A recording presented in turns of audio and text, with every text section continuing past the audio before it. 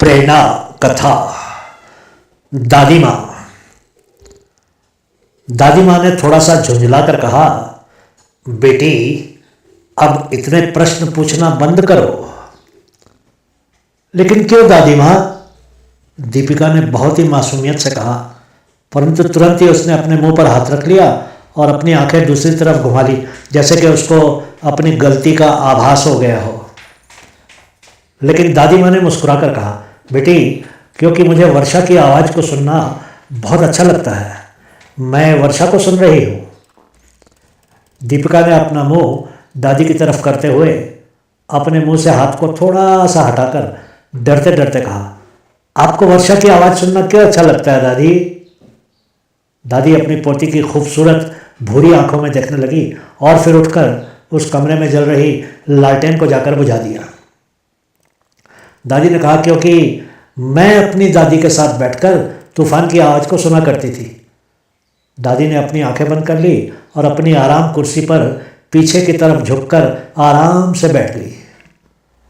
छोटी दीपिका ने फिर से बहुत ही मासूमियत से कहा, दादी माँ आप भी छोटी लड़की थी?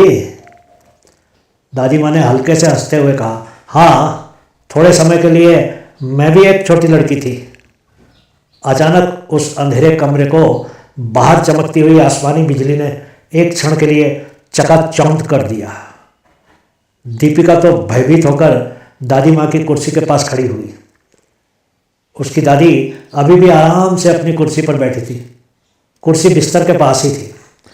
दीपिका फिर से बिस्तर में जाकर रजाई के अंदर घुसकर बैठ गई और अगली चमक की प्रतीक्षा करने लगी। बाहर अब भयंकर तूफान शुरू हो गया था। कमरे के अंदर एकदम शांति थी और अंधेरा था, परंतु वह कमरा बहुत गर्म था और बहुत ही सुखद आभास हो रहा था। दादी माँ जानती थी कि उनकी छोटी सी पोती का दिमाग बहुत तेज काम कर रहा था और वो और भी बहुत से प्रश्न करना चाहती थी। दादी दीपिका की तरफ देखकर मुस्कुरा दी। शायद यही इशारा दीपिका के लिए काफ़ी था और उसने तुरंत कहा, दादी माँ क्या मैं भी किसी दिन दादी माँ बन जाऊंगी? दादी माँ ने शांति से कहा, हो सकता है शायद। चलो आप जल्दी से सो जाओ, अब और प्रश्न मत पूछो। दादी माँ ने कहने के साथ ही एक जमाई ली और जैसे वो दीपिका को बताना चाहती थी कि वो भी थक गई थी और अब सोना चाहती थी, लेकिन दीपिका को नींद नहीं आ रही थी। वो अपनी दादी की तरफ ही देखने लगी। दोनों कुछ देर चुपचाप ही बैठे रहे। दीपिका रजाई में घुसी हुई अपने बिस्तर पर और दादी माँ अपनी आराम कुर्सी पर। बाहर हवा बहुत तेज चलना शुरू हो गई थी। दीपिका ने डरते डरते कहा, दादी माँ।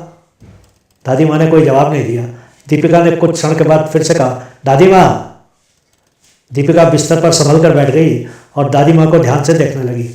दादी माँ बहुत गहरी गहरी सांसें ले रही थी। उनके चेहरे पर एक मधुर मुस्कान थी और उनका सर कुर्सी के पिछले भाग पर लगे हुए तकिए पर एक तरफ ढुलक गया था। दीपिका मुस्कुराई और उठकर दादी माँ के पास चली गई।